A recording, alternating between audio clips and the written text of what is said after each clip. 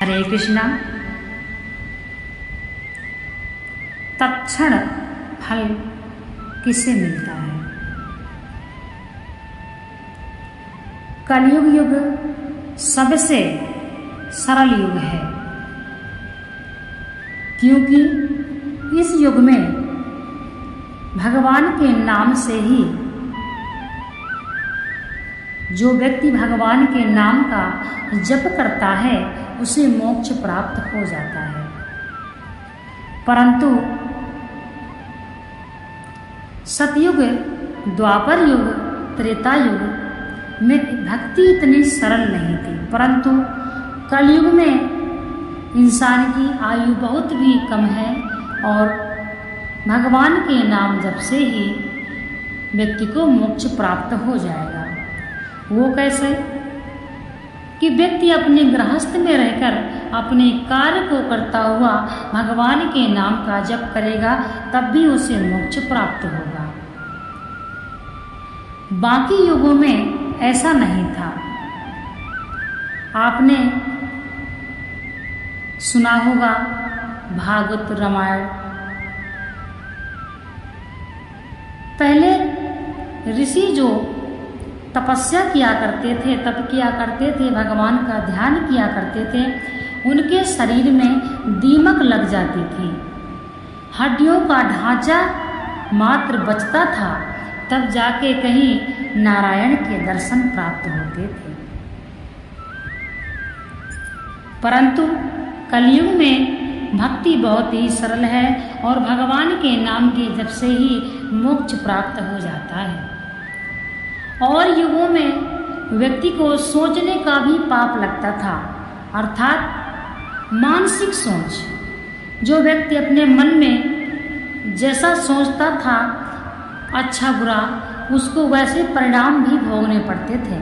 परंतु कलयुग सर पे बैठा हुआ है, इसलिए मानसिक विचारों का पाप नहीं लगता है। कलयुग में तत्क्षण फल मिलता है। तत्क्षण फल कैसे मिलता है, आज इस कथा के माध्यम से आप समझ पाएंगे। एक गांव में एक व्यक्ति रहता था। वह रोज मुर्गे और पशु इत्यादि लाके काट कर, उनको घर में काट कर मांस बेचने जाता था और घर में भी खाते पकाते थे। उसके 3 बेटे थे। एक बेटा उसका छोटा था, जैसे कि 2-2.5 साल का, एक बेटा उसका 5 साल का और दूसरा बेटा उसका 9 साल का था। जो बड़ा बेटा था वह काफ़ी समझदार था और वह भी देखा करता था कि हमारे पिताजी कैसे पशुओं को हथियार से काटकर मारते हैं, किस प्रकार से वह उनका मांस नोचते हैं, वह सब कुछ देखता था। देखते देखते वह बड़ा लड़का यह सब देखने के लिए यानी मजबूत हो गया, देखने लगा। एक दिन की बात है, वह व्यक्ति बाहर गया हुआ था। माँ छोटे बेटे को स्नान करा रही थी।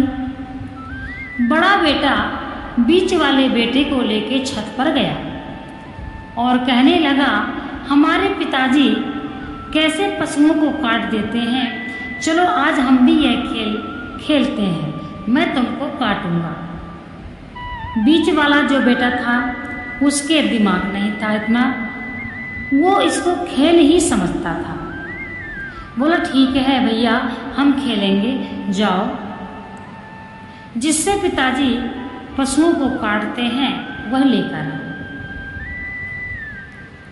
बड़ा भाई गया, लेकर आया और उसको बोला, देखो मैं तुमको काटता हूँ, फिर तुम भी चिल्लाना जैसे पशु चिल्लाते हैं। बोला ठीक है। उसने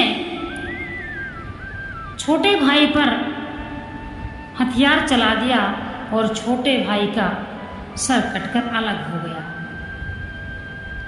वह बड़ी जोर से चिल्लाया। माँ ने आवाज सुनी कि छत पर मेरा बेटा क्यों चिल्ला रहा है। वह बच्चे को वहीं पर छोड़कर चली गई। जब बड़े वाले बेटे ने देखा कि छोटा भाई मर चुका है और माताजी आ गई हैं, अब माताजी मुझे मार देंगी, तो वह डर के वजह से छत से कूद गया और उसके प्राण निकल गए। इधर जब माँ ने देखा तो माँ परेशान हो गई, रोने लगी, चिल्लाने लगी, और वह जो छोटा बेटा टब में जल में छोड़कर आई थी, माता उसको ध्यान भूल गया।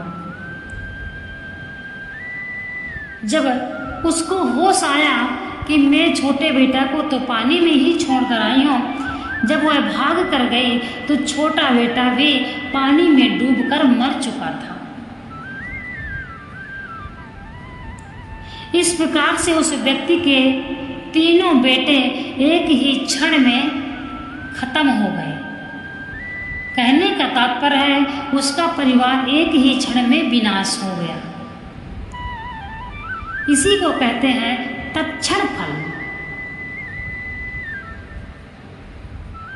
तो कलयुग में ऐसा ही है, जैसा मनुष्य करता है उसे यही मिल जाता है। इसीलिए कहा गया है कि ये मनुष्य का पेट कभी भरा नहीं है और ना ही कभी भरने वाला है। इसलिए ऐसे कार्य करिए जिसमें पाप ना हो, किसी का दिल ना दुखे, किसी का दर्द ना हो। जब कोई व्यक्ति इतना पाप करता है कि भगवान की भी आत्मा डोल उठती है, तब भगवान स्वयं आकर खड़े हो जाते हैं। तब व्यक्ति को तत्क्षण फल उसके जैसे भी कर्म हैं उसे प्राप्त होता है। इसीलिए कहा गया है जब भगवान का डंडा चलता है, भगवान के डंडे में आवाज नहीं होती है। समय नहीं मिलता है, पछताने का मौका नहीं मिलता है, बचने का समय नहीं मिलता है, परंतु व्यक्ति समझ जाता है कि मैंने जिंदगी में अपने जो भी मैंने ये पाप कर्म किए हैं उनकी सजा मुझे आज भगवान ने दिया है। एक ही क्षण में तुम्हारे पूरे जीवन के जो पाप कर्म हैं ऐसा फल मिलेगा कि जिंदगी में पछताने के लिए और उसे बचाने के लिए पुनः उस गलती को सुधारने का मौका मिलने का कोई चांस नहीं।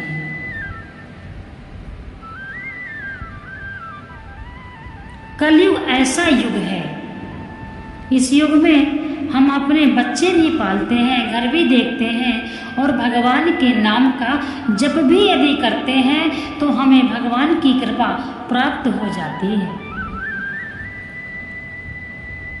इसीलिए अपने घर गृहस्थ में चलते रहिए, अपना कार्य देखते रहिए और भगवान के नाम से जुड़े रहिए।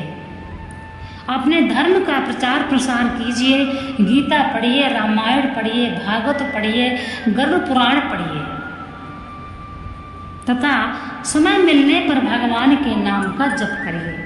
यदि हम भोजन भी कर रहे हैं तब भी हम भगवान के नाम का जप कर सकते हैं। यह कलयुग में भक्ति बहुत ही सरल है। इसीलिए देवता भी तरसते हैं कि हमको पृथ्वी लोक पर मनुष्य का जन्म मिले और हम अच्छे कर्म करके स्वर्ग लोक को जाएं, भगवान विष्णु के पास जाएं, परंतु मौका नहीं मिलता है। यदि हमको मनुष्य का जीवन मिला है तो हमें इसको व्यर्थ नहीं करना चाहिए।